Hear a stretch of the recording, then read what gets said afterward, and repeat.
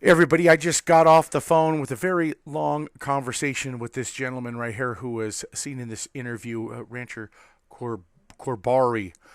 Um, Gave me a lot of great information about what is going on there with the monument situation, where basically it's going to put roughly 2 to 400 ranchers out of business. Right? They are planning on converting 2.5 million acres into a national monument, which is going to be also encompassing these people's lands after they will no longer be able to feed cattle. Right? What else will they be able to do? And I'll just show you here real quick. Or residue left over for the next year. Okay? And then when the fire does start. And how many ranchers are going to be put out of business because of it? We've been told 3 to 400. 3 to 400. Our ranches, since the 1860s, we've run our cattle and horses and sheep in the brush. This monument is going to close off all of that or restrict most of that land. Exactly. It'll restrict it. Okay. And why are you wanting to stay in the ranching business? For my kids. You want to pass it on to them? Yep. So I did get to talk to him, and let me tell you, we talked for an hour and a half, and it was just two people talking. He wanted me to, after we were done, and we went into so many different things, and he's so worried right now with everything going on that he asked me not to publish the interview, and I'm going to respect his wishes on that. So I just wanted to let you know that that's what I've been doing. I talked to two different ranchers, and this is basically what I can tell you about the situation. Is they're neighbors of the Hammonds, and as I explained it to him, how I view it, and he totally agrees. All you have is my word for it, but is that the situation with the Hammonds is like a car that swerves into your lane, and you take evasive action to avoid the car hitting you, and you actually get out of the way, but in so doing, you crash into another car and them charging you for reckless driving, even though it was an accident. That's the situation how I explain it, and he views it the exact same way, that they are being charged with terrorism and all of the stuff that's going along with it. Turning yourselves back in, the whole AEDPA thing, the 1 year, and these people getting out of prison, these two men, and the federal government never, appealed their sentence until after. If you fail to appeal, you forfeit that claim. The district attorney should have filed an appeal immediately, and that was not done. They are being screwed, and there was an attempt to gain possession of their land. No ifs, ands, or buts about it. Now, I want to state this, right? Before I get to this right here, I stated, right? I said that this was really stupid what these fools done, right? Blaine Cooper, Ritzheimer, Payne, the Bundys. I don't believe it's COINTELPRO. I still don't. And I could go into the reasons why. I do believe it was stupid. Here is, hold on one second. You got, does Ammon Bundy, is he too young and dumb to realize that when he did this and he really, just kind of like turning on the militia, right? You kind of did them wrong, misled them there, right? When you do something like that, now you make them not want to actually protect your father. So if that's the case, then who is going to be there to protect Cliven Bundy when the government's going to come in there and come get him now because there's no one to protect him anymore, right? And I know people are going to say that, well, that is, that was a psyop. But the whole thing is, if that was a psyop, then he's got another problem. Because if the militia were ever to believe that that was a setup and that they were used and they put their lives on the line, Clive and Bundy can get hurt. And I'm not talking about by the government. Are they going to protect him? Are they going to... What happens if Clive and Bundy doesn't... it couldn't have been a psyop. It couldn't have been. You had 40 to 50 ranches that lost their land before Clive and Bundy. And Clive and Bundy had been there for years. For years. And this came up, right? So if Clive and Bundy doesn't end up in jail, or he's, what is he going to be on, living on some Greek island with, like, what, David Copperfield or something? I mean, what's the deal, right? So all I could say is there's a lot more to this than meets the eye. And I'm going to warn everybody now, and this goes to you too, Pete Santilli. If you're listening, don't tell people to come up there anymore. Don't tell people to come up there. Now, you're already, I know a lot of people out here who are listening to this video. Some of you are listeners of Pete Santilli. But do not allow him to sway you into to getting people to come up there, because it's getting ready to turn into a very, very bad situation. And there's a lot of things about Pete is doing. I don't even want to get into all this, but I'm going to. Pete is starting to look very suspicious to a lot of people. I operate on the premise that you got to prove something to me 100%. And I've already explained the reason why, right? I'm from California. There was a case, Dale Akiki. Look it up. He was charged with child molestation, and there was groups of parents at a daycare center that said their children told them that he had molested them, right? People who have been following me for the longest, you'll remember I recited this story.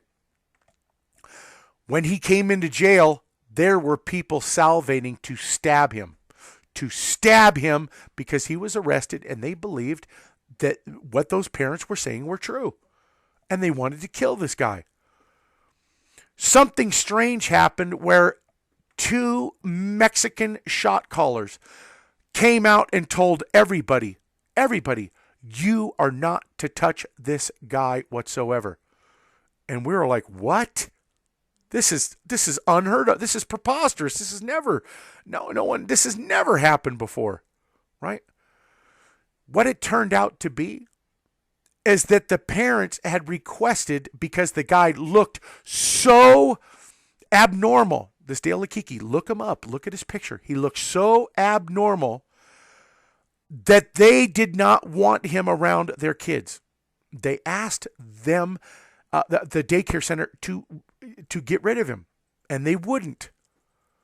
So they conspired with each other to fabricate a story about this guy and him being a pedophile, a child molester.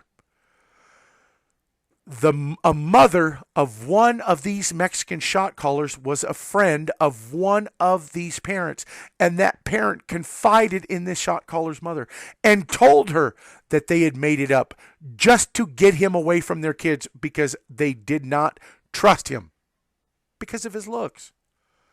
So all I can tell you is I know in my heart that I was taking the word of somebody that he was a child molester, and that I would have done something to that guy if I could have got my hands on him. But would have been all based on a lie. So now I work under the premise that you have to prove something to me 100% before I will take anybody's word for anything ever again. Ever again. Because it could mean the life and death of somebody, or it could mean their reputation. Their reputation, right? I don't know what my reputation is. I really don't care at this moment. That's unimportant. The thing is that is my philosophy, right? So what I'm seeing is that a lot of people are speculating that this doesn't make sense, that doesn't make sense. And you know what? A lot of people are making sense with some of the things they're saying. But again, it's not 100%, right? There's a lot of weird things with this. I agree with you. I agree with you that there is a lot of weirdness with the taking of this wildlife refuge. If Ammon Bundy is going to go over into this spot and really risk leaving no protection for his father, then he's got to be one big idiot. Because there's only two things that can come of that. Either A, it was a psyop and his dad can wind up dead for playing the militia like that, because what is he going to do? Give up his ranch? Right? That doesn't sound right. He's been there for years. Or he's going to be arrested because Cliven Bundy no longer has the protection of the militia. What's it going to be? It sounds to me like a bunch of young and dumb idiots who went in there with no master plan. And now, here is the situation. I don't know the veracity or the validity of the information in this article from Oath Keepers. They're saying that they're getting credible information. Well, first of all, I don't know where you're getting your information from, your credible information. Is it law enforcement? Is it military? Is it what? I don't know. But Oath Keepers claims they have received credible information from active duty source within the special operations community that at least one SODX Reserve Nation Guard, which is Special Operations Detachment, and it could, I don't even know. Why would they bring Delta Force in there? Delta Force? Are you serious? Now they're talking about, and I did talk to Mr. Corbari, that rancher right there, and he says the rumors, and he knows everybody in town that isn't BLM, because they don't like the BLM there. They don't get along with and they're like 80% BLM. But the other people, and the rumors are the FBI have been in that neighborhood. What have they been up to? That is unknown. The only thing that we have is some of the reports that were coming from Pete Santilli when it came to the Verizon store. Some people seem to be of the mind that that could have been a made-up scenario. Is that possible? Yes, it is possible. The thing is what I can't understand is if that were true, then why didn't he just call the store number? Why did he have to call all the way to the cell phone? That didn't make any sense to me. So again, like I said, it's one of those things where I require 100% of the proof before you're going to get me to commit to climbing on board with everything that people are saying. That's just a philosophy I live by. If you can't deal with that and you can't respect that, well then, hey, goodbye. See ya. So that's my whole thing, right? But there's a lot of bullshit going on right there where people are calling up people to come up, their kids, all that. Yeah, all that, bring your family up here like this is some picnic. It's not a frickin' picnic. You're talking about that there could be, I know that you got a guard tower up there, and I know that you're thinking that you're seeing everything up there, and you've already surveilled the area because your video that you did shows me the very back mountains of where this was at. So I know that the video that you put up just weeks ago, you had already been planning this out for at least weeks, at least. So now, as I said, and I said this before and I'll say it again, this is a lose-lose for the government, but there is a win somewhere. There is a win for them somewhere. If they go into this situation, or let's say they don't. Let's say they don't go into the situation and they let it ride out. They cut off the heat, they cut off the power, they cut off their phone, Stingray, whatever, no outside communication. Until they say, okay, we're ready to give ourselves up. Okay, so you give yourselves up. If the government sits back and waits that all out, well, it's going to show a sign of weakness on the part of the government. That's going to embolden others when the Texas situation gets ready to come up over at the Red River.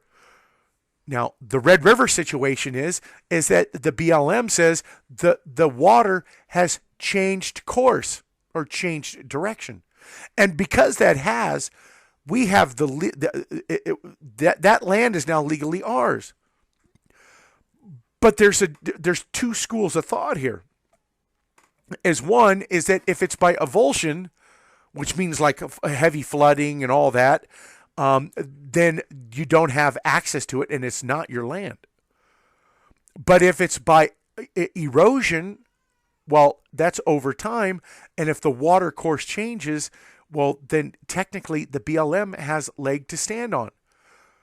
So the thing is that it's all about the BLM wanting more and more land. And they have been known in the past to whatever benefits their story. Oh, that was by avulsion, and it benefits us, and that's what it's going to be. Oh, this one was by erosion, but they don't prove it. So it's always to their benefit. Why would you be so concerned about, you've got how much property? The BLM manages 1/3 of the nation. Let's take a look at the map here. Let's take a look at the map. And here it is, right? There it is. So Texas, wherever the Red River is, I don't know where the heck it is, but you got all this. You have all that. Why would you be willing to take the land of somebody who has owned it for God knows how many years, just to deprive them of the property that they worked so hard and paid so many taxes on? So this is all about control, about having more and more and more. But why? Why? Why are they not concerned about the livelihood of American citizens? And I use that word citizen loosely because I know it's going to tick off some people who don't like that particular word. And I understand that. But you guys picking up what I'm laying down here? This government is out to screw everybody that they can. And all of these ranchers in Oregon are no different. All of the situation that's going to brew in Texas is going to bring another issue to head, right? The whole situation of all of this right here could cause another situation back at the Bundy Ranch again, right? I don't know what's going on. I don't, you know what? It's so, all of the stories are so convoluted. And as I said, my opinion is that if you can't prove it to me 100%, I'm not going to entertain, that line right there, right? I know it sounds crazy because I go off of, Sandy Hook and, you can't prove it 100%.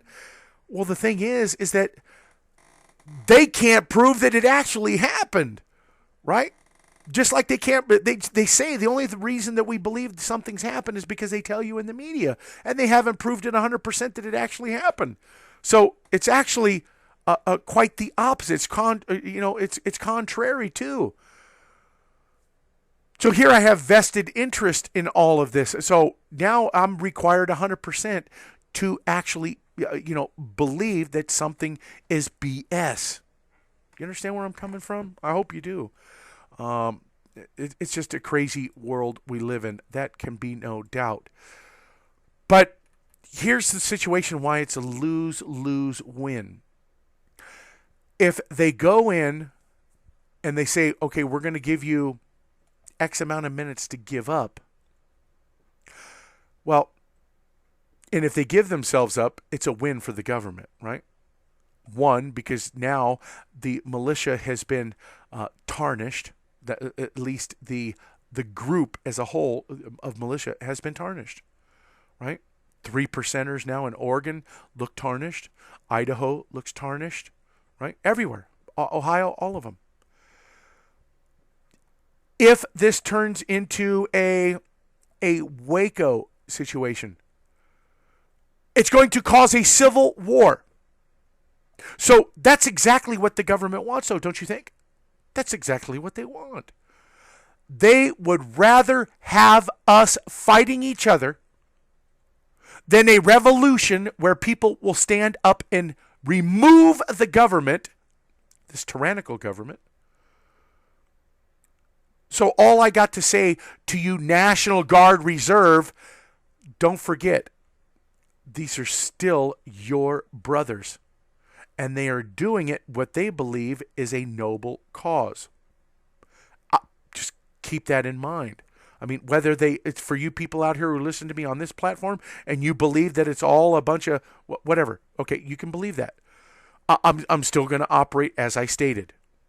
And if they are indeed operating under what they believe is a noble cause, there happens to be some question about one particular individual there at this refuge right now. And that happens to be, they've named my name. They actually say, Mr. Payne, right here. Yes. They say that they believe that Payne could be an agent provocateur. But I am warning the National Guard. If you go in there under orders and you handle this wrong, you are going to cause a civil war, exactly what the government wants.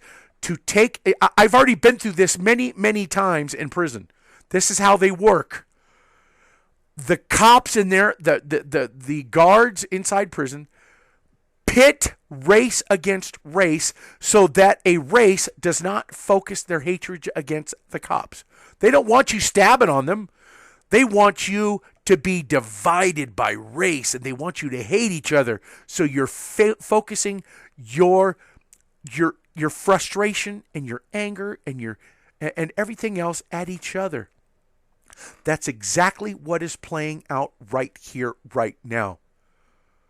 And there will be a civil war. And while that's going on, well, guess what? The government gets to pick up all of those pieces. Ask your families what they think you ought to do. Ask your families and go, you know what? Tell them explain it to them just like I explained it to you here. Is that it's going to cause a civil war of brother against brother. Is that something that you can live with? Or would you rather state, you know what? We're not going to follow orders, and you can do whatever you're going to do. And perhaps you may want to pick up arms with the rest of the people who are willing to stand up with this country and speak out against this government and do the right thing. I know we can't expect that from the piece of crap FBI.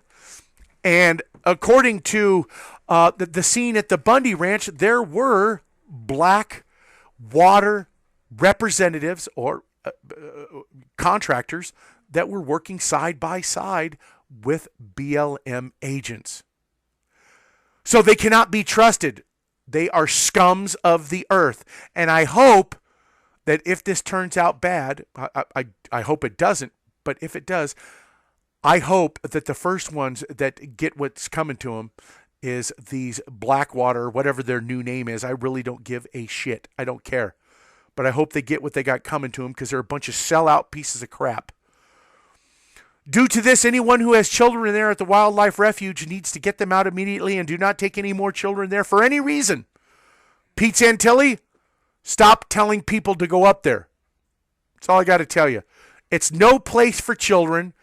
This is not a freaking picnic. It's not a party. None of that crap. These guys decided to go in there. They knew what they were getting themselves into. And there is no reason to turn this into anything more than, you know what? Hey, what's done is done already. Right? So just my advice to you, dude. You know, if I keep hearing it, then I'm going to start changing my direction of thought. We do not need to have the risk of dead children in this incident. No, we don't. Not at all. I don't even know why children are there to begin with. You know what? Would you walk your child close to a lake side where a bunch of alligators are in there? They could leap out of the water at any time and get your child? Does that sound logical? Would you do some stupid crap like that? Why in the hell are people taking their kids to this place? Why? There could be a drone strike anytime. There could be anything. You don't know, and you're actually going to take your kids and go, you know what? I'm willing to lay my life on the line with my kids. Excuse me. Did you ask your kids what they want? Of course not. Come on, use some freaking common sense here, people. You don't take kids to know nothing like this, right? So I'm going to tell you all, I'm going to leave you all with this. I'm working on another video right now that is all about the gun situation that just came out today. Everybody's thinking that, oh, wow, he just came out with it today. Bullcrap. It's been in the works even way before this San Bernardino thing.